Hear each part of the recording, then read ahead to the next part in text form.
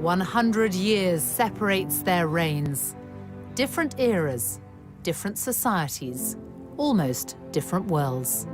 Two women, Elizabeth and Victoria. Two queens who have steered their course through periods of extraordinary change. In the British monarchy's 1,000-year history, their like has rarely been seen. Their longevity is unrivaled. On the 9th of September, Queen Elizabeth II will become the longest reigning monarch in British history. She will break the record set by her great-great-grandmother, Queen Victoria, who was on the throne for 63 years and 7 months. Yet they became monarchs unexpectedly at a young age. Neither Queen Victoria nor Queen Elizabeth were born to be queen, and indeed, there was no great expectation that either of them would be.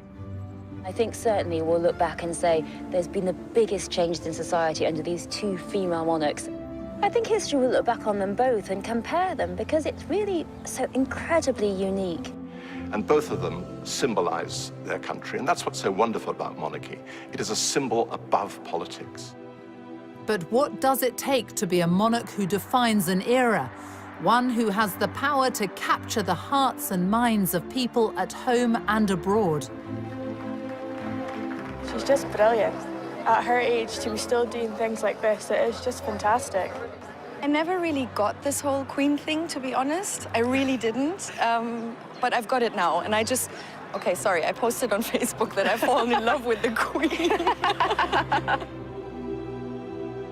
As the Queen reaches this milestone, we look at the long reigns of two extraordinary women and ask how they've managed to provide such enduring stability in an ever-changing world.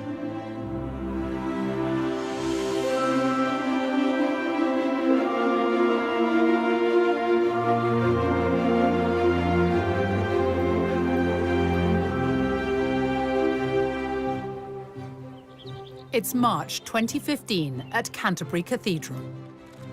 And here she is, Elizabeth II, the face of the modern monarchy. She's here to unveil statues of herself and her husband, Prince Philip. Immortalised in stone next to Queen Victoria and Prince Albert, in this, the year Elizabeth becomes the longest reigning monarch. Nobody expected that. On April the 21st, 1926, a child was born to the Duke and Duchess of York, Elizabeth and Prince Albert, who was the second son of King George V. Elizabeth Alexandra Mary came into this world a princess. Her popular uncle, the Prince of Wales, was next in line to the throne, followed by her father. So no one ever expected that one day Elizabeth would become queen. And she certainly wasn't born in a palace. In fact, she was born right here. On Bruton Street in Mayfair, now a restaurant. A plaque is the only reminder that before the bombings of World War II, Elizabeth's home stood on this site. And here they are, the family at their home in 1927, and Nanny and baby Elizabeth.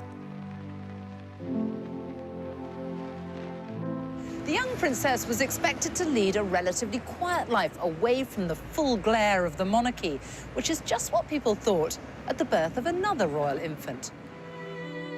Victoria was born in a palace, Kensington Palace, on May the 24th, 1819. At birth, she was fifth in line to the throne. And even though her mother was fiercely ambitious, no one could have known that Victoria was destined to become queen. She too was raised quietly, away from court, under the care of her strong-willed German mother, Victoria Maria Louisa, the Duchess of Kent.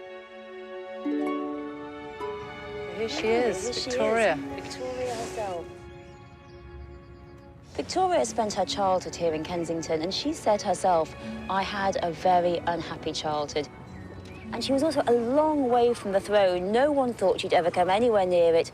Basically, when she was born, she was intended to be married into other royal families, a very minor royal, so no one thought anything much of it.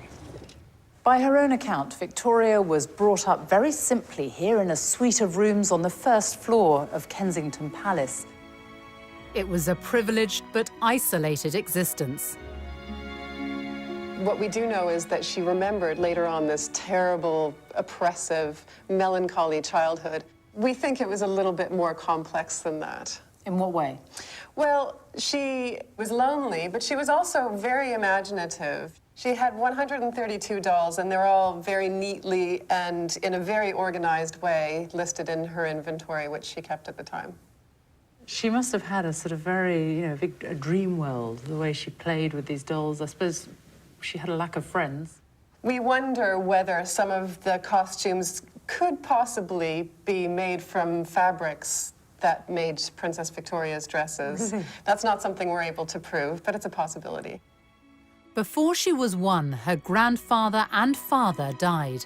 And when her uncle George IV passed away, another uncle became king, which meant she was next in line to the throne at the age of 11.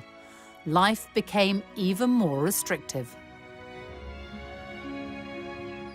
Her mother kept her under, well, pretty much lock and key. They called it the Kensington system. They wanted control of her, so they kept her under 24-hour surveillance. She wasn't allowed to have a single minute alone, because what they wanted was her to come to the throne at, say, 10, 12, and they be the one in the power. They be the one being regent.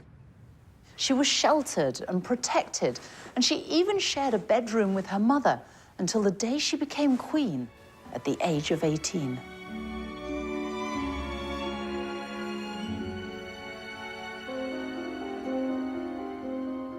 In stark contrast, Elizabeth's early life was happy and carefree. She had the constant companionship of her younger sister, Princess Margaret.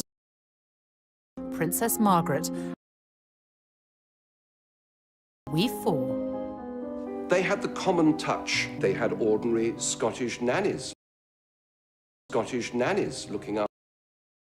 Boba MacDonald taught her how to iron the wrapping paper of her presents and put it away in a drawer so that she could reuse it. But she went on the bus, she went to the museums, and all the time, in those early years, she was just being prepared for the life of a young lady of the middle to upper classes. But all that changed suddenly in 1936. It was the year of the Three Kings. In January, King George V, Elizabeth's grandfather, died. Her uncle took the throne as King Edward VIII, but his reign lasted just 325 days. He abdicated in order to marry the twice-divorced American Wallis Simpson. By December that year, Elizabeth's father was king. Elizabeth moved here to Buckingham Palace with her family at the age of just 10. Her father was now king, and it must have been a huge change for the young princess, who until then had been raised in a more modest family home, albeit in Mayfair. It was 1937, exactly 100 years after Queen Victoria had arrived here at the age of 18. Victoria left Kensington Palace just weeks after becoming queen. Her first requests were for time alone at last away from her mother and a bedroom of her own. She got much more than that. Victoria became the first monarch to make Buckingham Palace her official residence. Over the years, she transformed the place, and visitors to this day are still met by the paintings of her nearest and dearest. How much did Queen Victoria change Buckingham Palace, and why? Well, I think she wanted to make it a centre of court life, and court life, I think, of a very different sort. I mean, the thing about the monarchy in the middle of the Victorian period was that it became respectable for the first time. And really, this was a palace which was going to house a court which was the epitome of the kind of new morality of the family and of society. Elizabeth has transformed this palace in another way. In 1962, she opened the Queen's Gallery to give the paying public access to the royal art collection. In 1993, she opened the doors even wider. Tens of thousands now take the chance to wander through the staterooms, with ticket and gift shop sales going towards the upkeep of the artworks.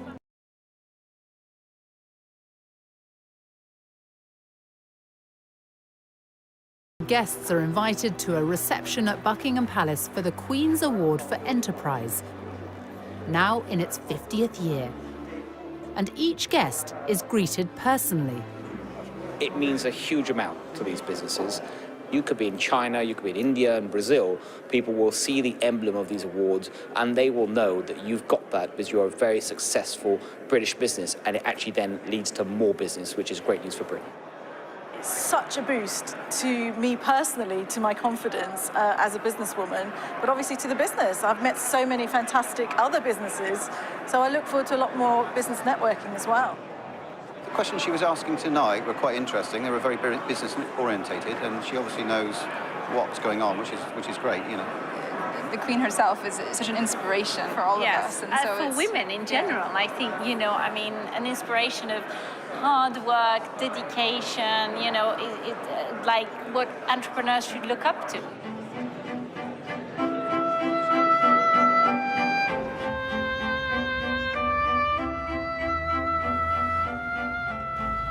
Buckingham Palace, it's such an iconic building. It's hard to imagine that it hasn't always looked like this. But Queen Victoria wanted to extend the palace, and so she sold Brighton Pavilion to pay for it and added on this whole frontage, everything you can see now, including, of course, one of the most famous balconies in the world. Here's Victoria in 1893, first photographed on the balcony. And Elizabeth, her great-great-granddaughter, making her debut as a baby. Across time, the balcony became a sort of rallying point for the nation. No more so than in May 1945, when war in... as Elizabeth stood proudly by him in her uniform.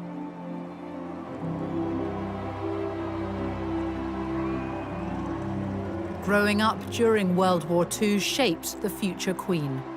In 1940, she was the teenager who gave this radio broadcast for children forced to evacuate their homes.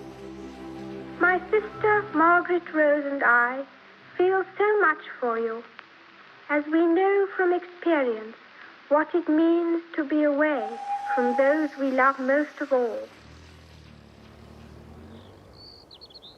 You would have thought that the royal family would have been moved a long way away to safety, but instead the princesses came here. They lived here in Windsor Castle for much of the war, and the castle was stripped of all its finery. The paintings were removed and hidden in caves in Wales and other places. And it was a very much diminished castle, except for the magnificence of the buildings. There was a big air raid shelter built under one of the towers, which no one liked using, but they did when the air raid sirens sounded. As the bombing raids of the Blitz hit, it was suggested that the princesses should be evacuated, to which the Queen Mother had an immediate reply. She said, "The children would never leave without me. I would never leave without the king, and the king will never leave." Indeed, in September 1940, the king and queen were very nearly killed when a German bomber flew up the Mall and dropped its bombs directly on Buckingham Palace. They concealed how nearly they came to death. They realized instantly that they had to be the focal point of the nation at war. And that was transferred to Princess Elizabeth, and we have seen that ever since, duty is what has defined her and led her and inspired her. Elizabeth, unlike Victoria, was able to learn the art of being a monarch from her parents. But both entered public life in the same way and in the same place, each showing their commitment to the armed forces.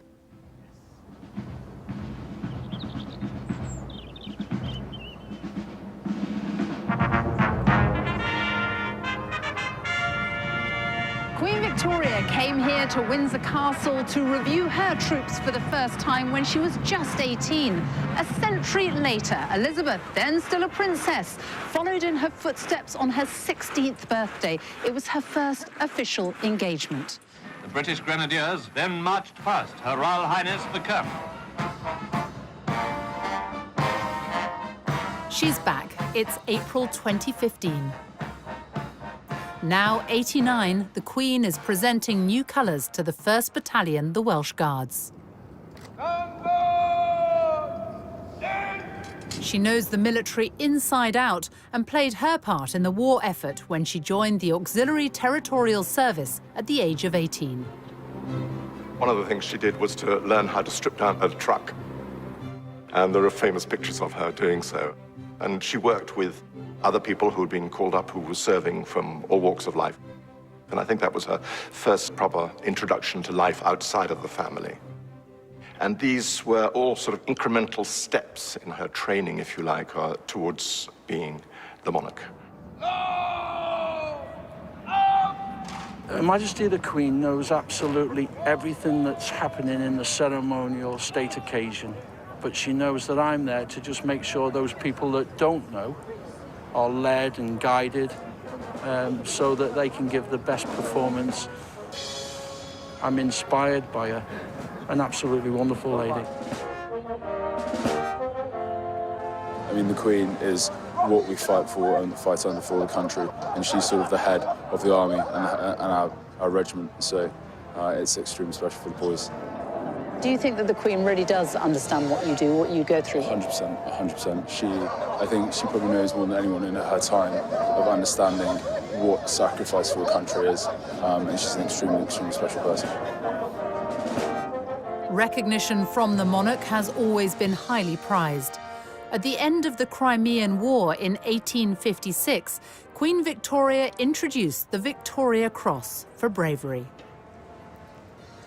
A medal has been created in Elizabeth's name too, the Elizabeth Cross, for the next of kin of British servicemen and women killed on military operations or by terrorism. 2 recent tours of Afghanistan have seen the Welsh Guards lose 9 men. Lieutenant Mark Everson was one of them. You have been awarded the Elizabeth Cross. Yeah.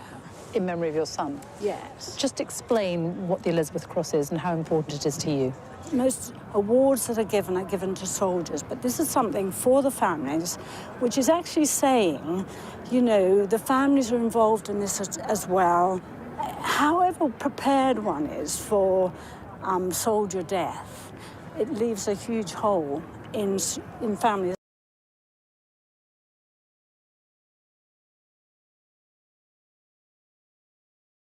This memory, this little cross signifies that, really. Elizabeth is the daughter, mother and wife of military men. By her side today, as he has been for every step of her reign, is Prince Philip, the Duke of Edinburgh.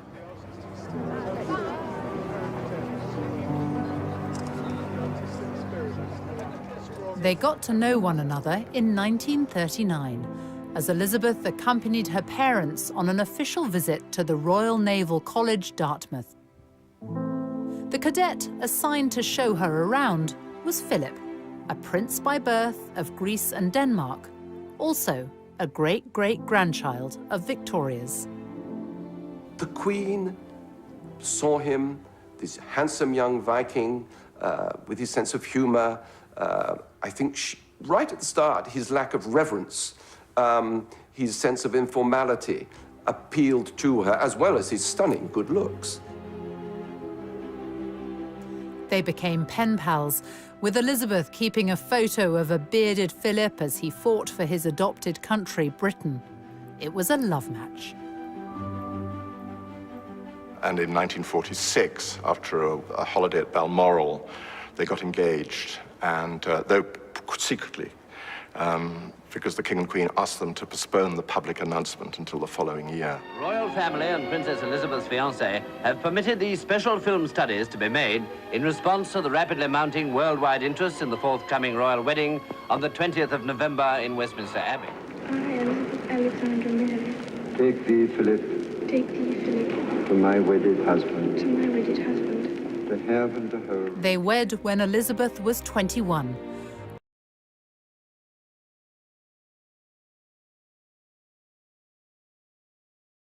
And that of any other British sovereign. It's a cornerstone of Elizabeth's reign. As she's said in several tributes to him, he is the rock on which her work as a monarch has been based.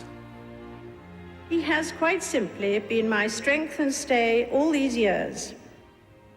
And I and his whole family, and this and many other countries, owe him a debt greater than he would ever claim, or we shall ever know.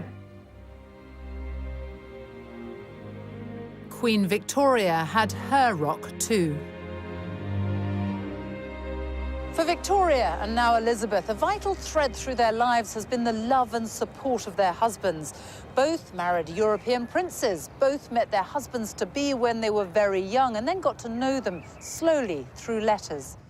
He also looked like a film star. I mean, there's something very romantic in the fact that both Prince Albert and Prince Philip were both sort of gorgeous to look at. You know, that builds up the whole fairy tale.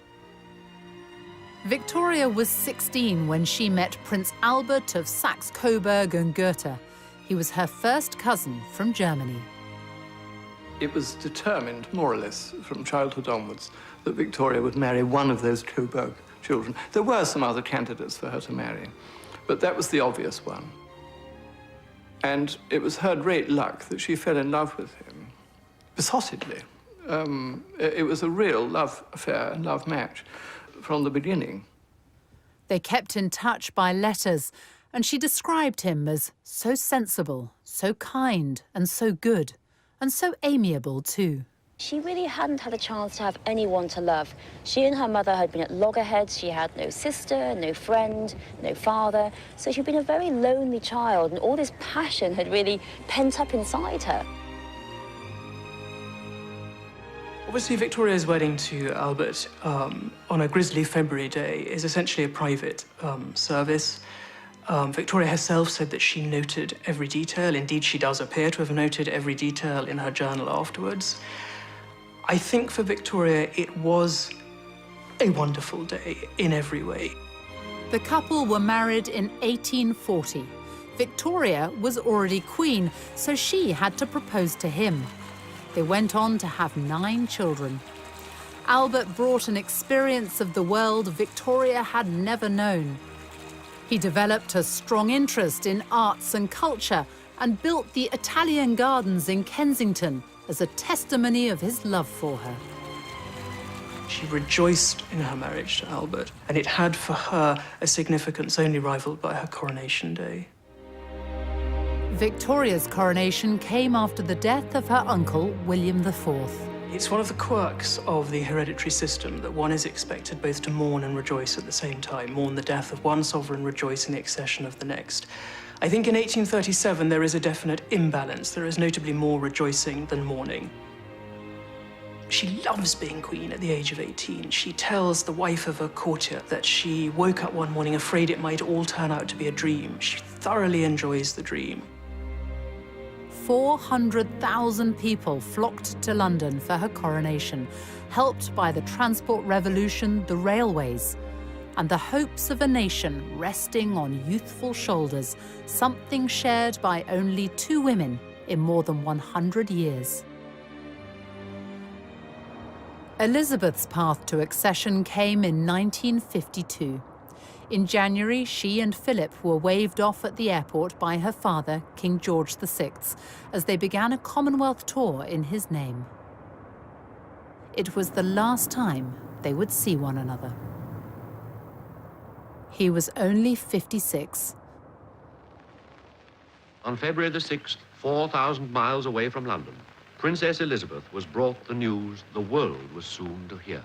It was announced from Sandringham at 10:45 today that the King, who retired to rest last night in his usual health, passed peacefully away in his sleep earlier this morning. People were shocked by the death of the King. It wasn't anticipated, except in an inner circle who knew just how ill he was. Elizabeth returned to London in mourning, a young woman who now held the future of the monarchy in her hands. For 4 days, King George VI lay in state in Westminster. I remember walking past the catafalque of King George VI. My mother took me and my brother Rory, and I was only 3. And we queued for hours. You can't imagine that now, can you? Queuing for hours outside Westminster Hall. But she said, you will remember. You will remember this all your life, and this is something we owe him. The nation mourned for the man who had saved the British monarchy. He passed on the essential value of duty to his daughter, something his great-grandmother, Victoria, understood well herself. In 1838, Queen Victoria, at the age of 19, came here to Westminster Abbey for her coronation. Just over a century later, her great-great-granddaughter Elizabeth followed in her footsteps and was crowned right here in the very same place. More than 8,000 people packed the Abbey that day, and millions were watching on the television around the world. Elizabeth was 27 years old and the mother of 2 young children.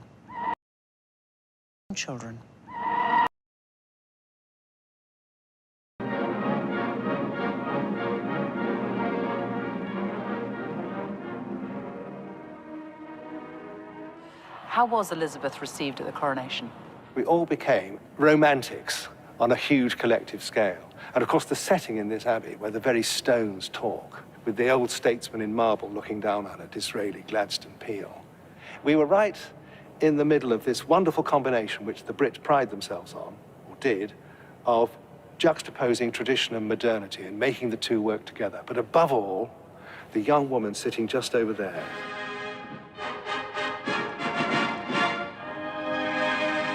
Seared across the Velcro of memory, and it's a very dazzling searing because post-war London was very drab. We'd lost 1/3 of our wealth in the war. There was still rationing. Very few people had any new clothes. And yet suddenly, in amidst this heroic drabness, there was the starburst of the coronation of the new, beautiful young queen.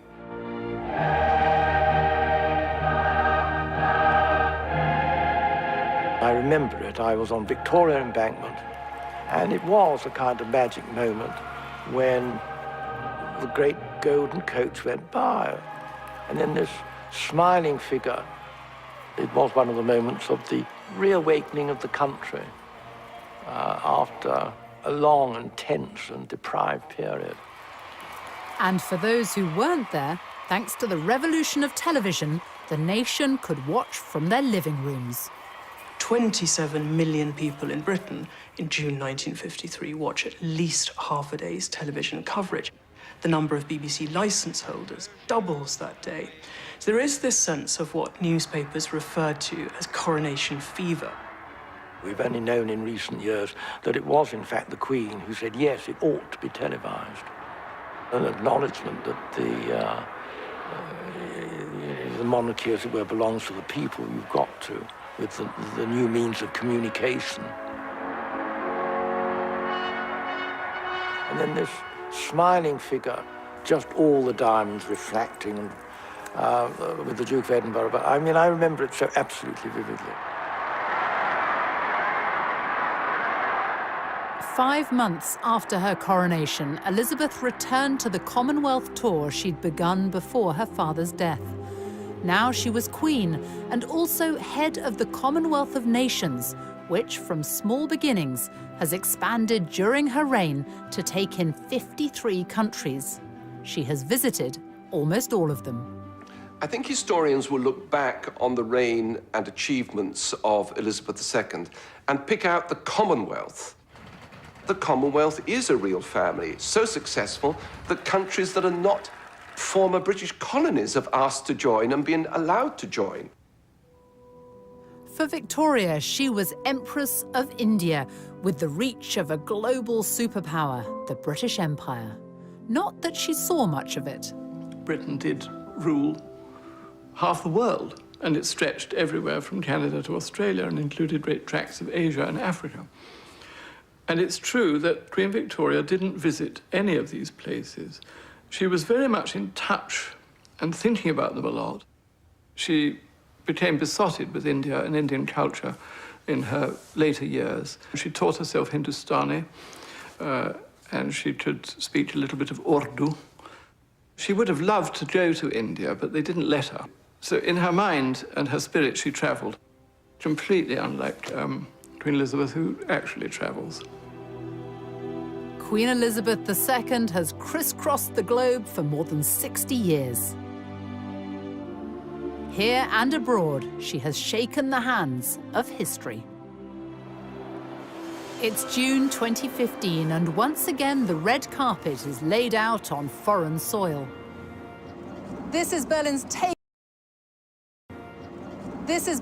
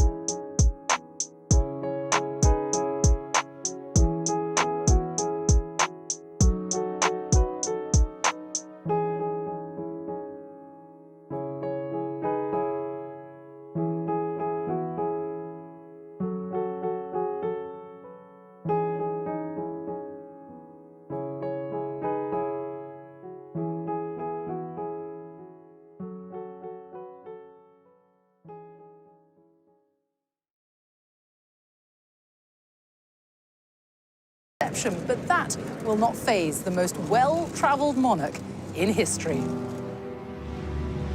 The Queen first came to Germany on a state visit in 1965. It was a country still divided by Cold War communism. Her visit was a gesture of solidarity and a step towards normalizing relations with Germany in the decades after World War II. People still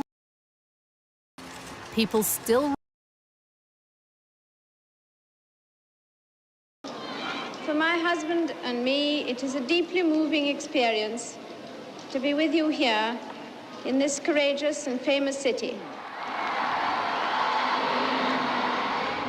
50 years on, Germany, now a unified country, has changed dramatically. The welcome for the Queen hasn't.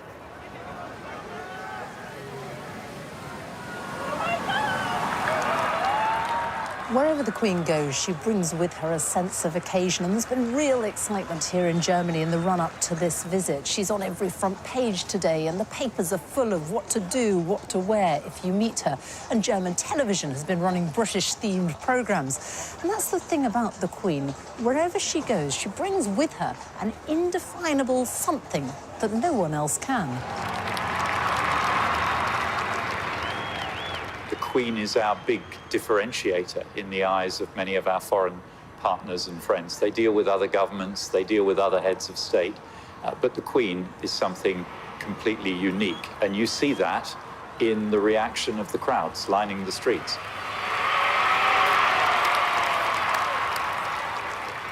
Two of the most powerful women in the world, one a monarch, the other the German Chancellor, who has been dubbed the Queen of Europe, and the German Chancellor, who has been dubbed the Queen of Europe. And given the question mark over the future of Britain in the EU, the timing of this state visit is being seen as something of a diplomatic coup.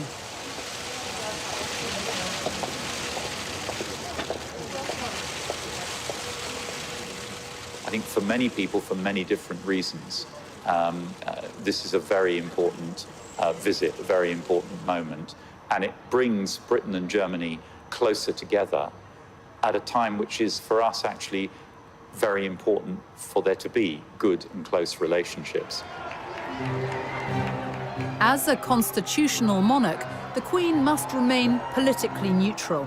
Hers is more of a personal power. Arriving at the state banquet, she is wearing Queen Victoria's rubies as she delivers words echoing a lifetime of experience. We know that division in Europe is dangerous and that we must guard against it in the West as well as in the east of our continent. That remains a common endeavour. Flying the flag for the United Kingdom at the British ambassador's residence in Berlin. Every year, a garden party is held to honour the Queen, but this is the first time she and the Duke of Edinburgh have actually been able to attend. The interest in Germany in the Queen is already big. People have been thinking about the institution of the monarchy and about the overall relationship between Germany and the United Kingdom. In diplomatic speak, we'd call it soft power. It's what the Queen stands for. It's the values that she embodies, and that has deep impact. There's all those disputes we do have at the moment in Europe about Britain and Europe and the rest of the world. So it's important that we do have this unifying personality. She's there and she stands for something and a value that is not changing. And so it's like an authority. You know, all the emotions here at this garden party that show that there's a very strong belief in Germany that please stay in the EU, we need you. Very smiley and talkative, actually. Yeah, and I never really got this whole Queen thing, to be honest. I really didn't. But I've got it now, and I just... Okay, sorry, I posted on Facebook that I've fallen in love with the Queen.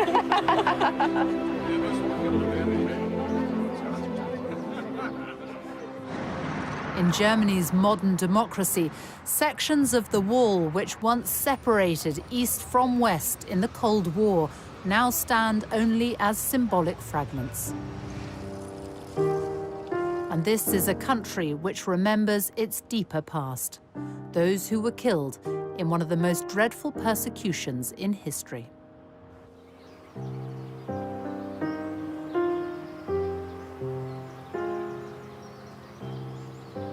70 years ago, British forces liberated this camp, and they discovered, much to their horror, that on this very soil, tens of thousands of people had died in a most horrific fashion.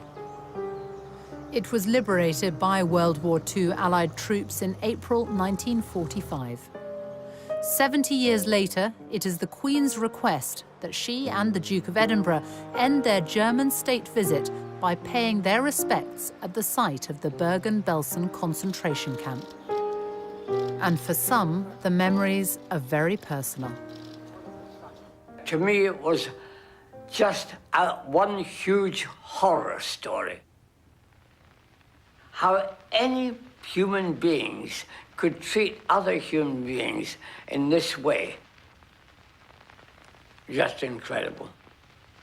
I don't think there was a sort of screaming of joy because everybody thought we must be dreaming. We hear an English voice. That wasn't what we were preparing us for. We were preparing us to die.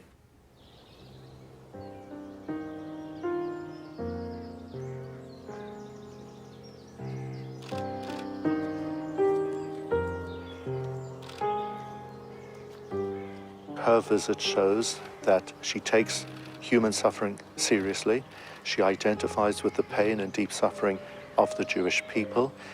And together with so many other people, she's absolutely determined to guarantee that the horrors that took place here in Belsen will never happen anywhere else again.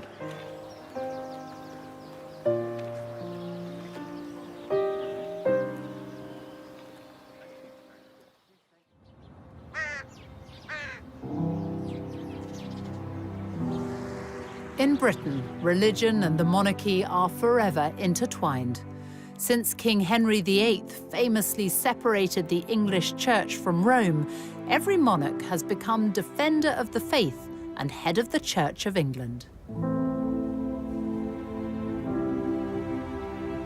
Victoria. She was devout, outspoken on church matters. She even wrote about her views on sermons in her diaries. I think that sincerity of faith is something that Queen Victoria shares with Elizabeth II. I feel absolutely sure that both women, in what is unquestionably a very lonely position, have felt upheld at moments, many moments possibly in their reign, by a very strong Christian faith. Many have found the practice of quiet personal reflection surprisingly rewarding, even discovering greater spiritual depth to their lives. In her Christmas broadcasts, she talks often about how the teachings of Christ are what inform and inspire her.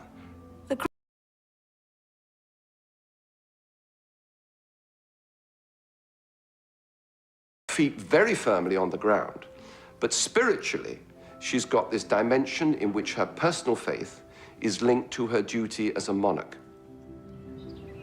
And each monarch also has formal duties in relation to the government of the day.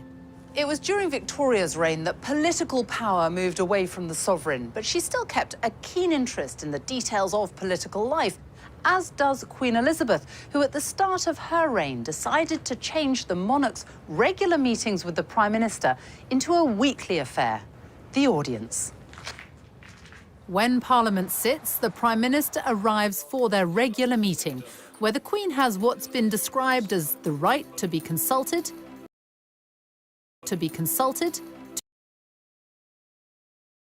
the course of 12 British Prime Ministers.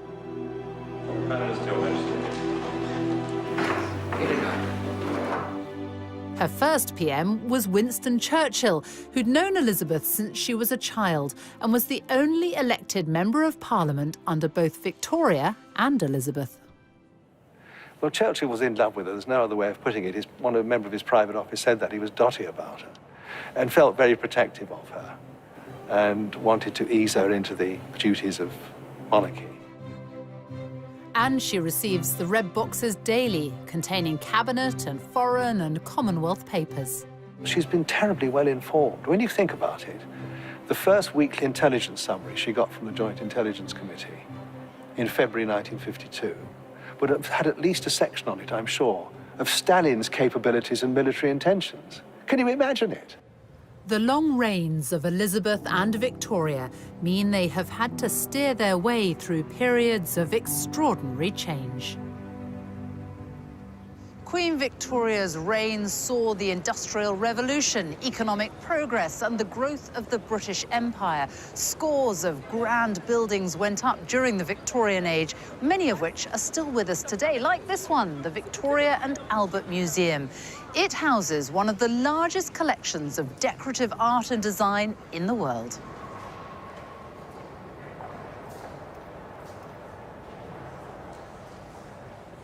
So, what is Victoria and Albert's legacy in terms of art and culture? It's fundamental. I mean, this museum, as you know, is the Victoria and Albert Museum, and that name is not an accident. It was renamed the Victoria and Albert Museum in 1899, and it was one of Queen Victoria's last public appearances when she came to lay the foundation stone of the front of our museum. How big a role did Victoria and Albert have in bringing the arts to the people? Throughout her life, and indeed throughout Albert's life, they were actively promoting education and culture art and science. This whole complex at South Kensington is thanks to the way they supported and promoted these activities. So much so that this area became known as Albertopolis, also taking in the Albert Memorial, Victoria's vast tribute to the man she adored, who died at the age of 42. The great expansion seen in the Victorian age has not been repeated during Elizabeth's reign. Instead, there have been huge leaps in science, technology, medicine, even space travel, and far greater freedom and tolerance. In an age of rapid innovation and cultural change, the Queen recognises pioneers from every field. At Windsor Castle, she has a gathering of the holders of the Order of Merit. It's a celebration of the elite from music, art, medicine, astronomy, architecture, theatre. Queen Victoria may have been the first monarch to try the telephone with none other than the inventor Alexander Graham Bell. But it was Elizabeth who, in 1958, made the first direct-dialed long-distance telephone call. This is the Queen speaking from Bristol. Good afternoon, Lord Provost. Good afternoon, Your Majesty. She was the first British monarch to send an email in 1976, and has a Twitter, Facebook, YouTube, and Flickr account in her name.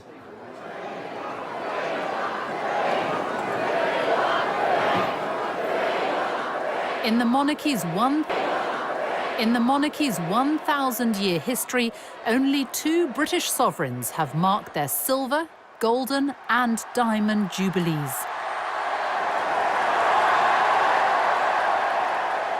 Victoria and Elizabeth. To mark her 60 years on the throne, Elizabeth chose to be photographed in front of the Queen Victoria Memorial with the diamonds worn by Victoria more than a century earlier. And if a Jubilee celebration is a test of popularity, it's one the Queen easily passed. Hundreds of thousands turned out to celebrate. Her speech that year seemed to recognise her unique place in the world. I have been privileged to witness some of that history, and with the support of my family, rededicate myself to the service of our great country and its people, now and in the years to come. Hip hip!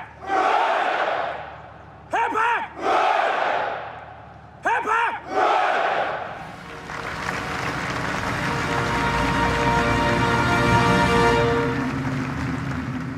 And then that same year, for the London Olympics, the Queen was cast.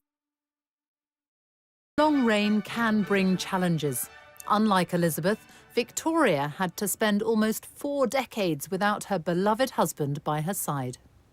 Queen Victoria did flack after the death of Prince Albert, not for the rest of her reign, as some people mistakenly think. It was really for about 10 years that she was much more in retirement, and she worked all the way through it. I mean, there's a fantasy that she was just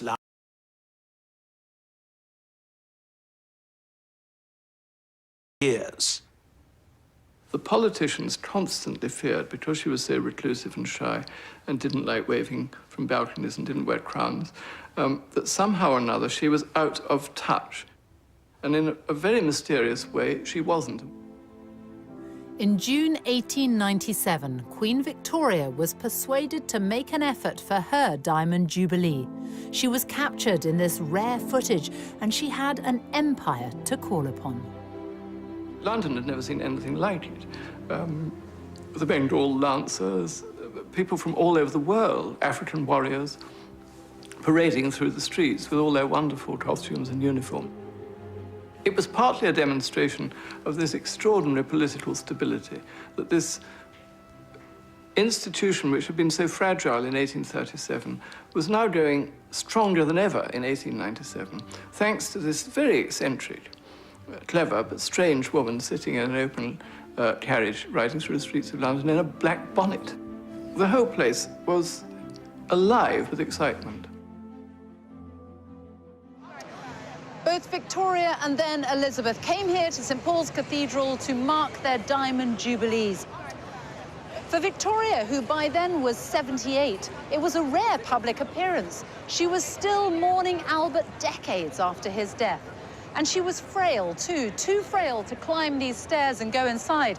So instead, when her carriage drew up here in front of jubilant crowds, she remained in it, and the whole service came out to her.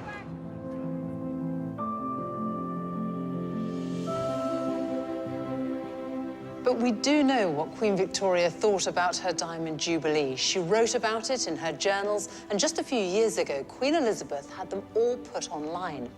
Victoria wrote, "A never-to-be-forgotten day. No one ever, I believe, has met with such an ovation as was given to me, passing through those 6 miles of streets, including Constitution Hill.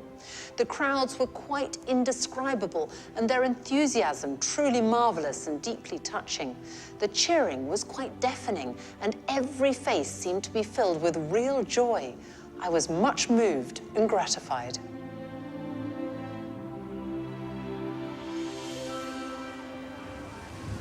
As well as being visible, the monarch must connect with every part of the United Kingdom. Today, the Queen, a direct descendant of Mary Stuart, Queen of Scots, arrives in Edinburgh for Holyrood Week. It starts with the ancient ceremony of the keys, unchanged since Victoria's time. Well, it's a very significant process because it's the presentation of the city's keys to the monarch. But also, you know, for people of the city, it's a meaningful event because it's about the Queen's authority in the city. It's also about a welcome for garden party guests in the spectacular grounds of the palace. Royal garden parties were introduced by Victoria at Buckingham Palace in the 1860s and brought here to Scotland by Elizabeth's grandfather, George V. This is the Queen attending as a child. 8,000 people have been invited to this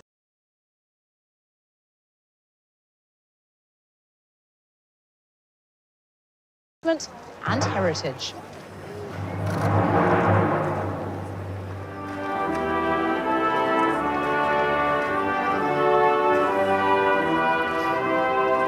She's just brilliant.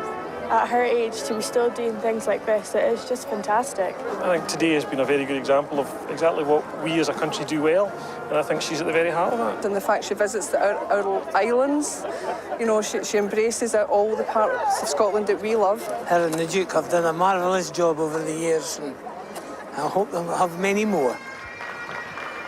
What over the 6 decades of her reign has been done is the knitting together, I think, of an extraordinarily ever richer tapestry of Scottish life. My lot are part of the older threads, but every year through this great gathering, new, fresh threads are added.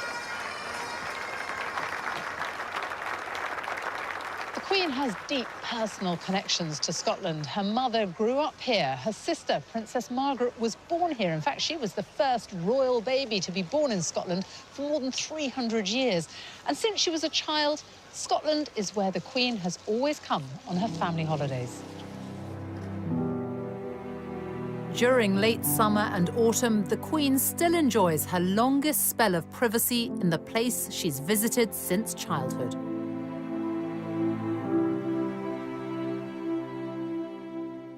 It's a tradition started by Victoria, who in her 20s was only the second reigning British monarch to venture north of the border since the days of Charles I. Queen Victoria and Prince Albert fell in love with Scotland. Prince Albert saw Germany in it. He was reminded of Germany, the sort of forests of firs and all that kind of thing. Queen Victoria was privy to a kind of ordinary life up there that was more difficult in Windsor or in London. Victoria did deer stalking and watercolours and long walks in the heather and getting rained upon and all that. I think there's something about its sort of vastness when you get up into the Highlands, and that sense of being far away in this kind of mountain kingdom. Victoria and Albert bought land here, which they developed, building the magnificent Balmoral Castle. Balmoral was very carefully chosen up on a bluff with the forest quite far back and the water very much below and so on. And it became their own place. You know, it wasn't a house of the British monarchy. It was the house of Victoria and Albert. And that meant a great deal to her. The home lovingly designed by Albert for Victoria now belongs to Elizabeth. A private residence, but no longer just a royal idyll. For 18 weeks of the year, it's open to the paying public. As she grew older, Victoria spent much of her life at Balmoral. She was here on Wednesday, the 23rd of September, 1896, the day she overtook her grandfather, King George III's record. She wrote, "Today is the day on which I have reigned longer by a day than any English sovereign." Just days after Victoria had become the longest reigning monarch, she was pictured right here beneath the terrace at Balmoral. It was a very special moment, and that's because it was the first time that Victoria had ever been captured on film.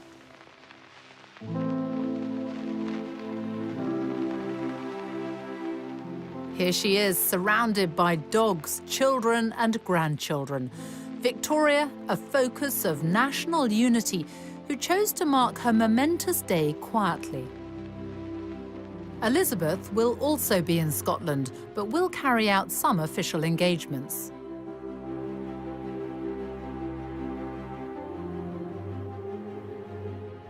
This is where Queen Victoria was on the day that she became the longest reigning monarch in British history. And this is also where her great-great-granddaughter, Queen Elizabeth, will be when she passes that record on the evening of Wednesday, September the 9th. She will have been on the throne for 23,226 days. There'll be no fuss, no grand celebration. It's business as usual, we're told.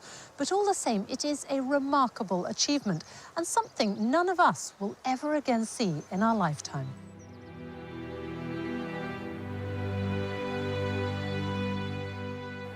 Even for those that don't think about the monarchy or don't follow it particularly, the fact that she is there and it's there as an institution and she never puts a foot wrong. I don't think we should withhold our gratitude to both women for keeping this institution, which I think many people cherish, in spite of all the jokes we make about it. By being inscrutable, untouchable, unfashionable and unfaddish, the Queen remains a concept that all people potentially can connect with. And I think that's a very important and valuable aspect of our national life.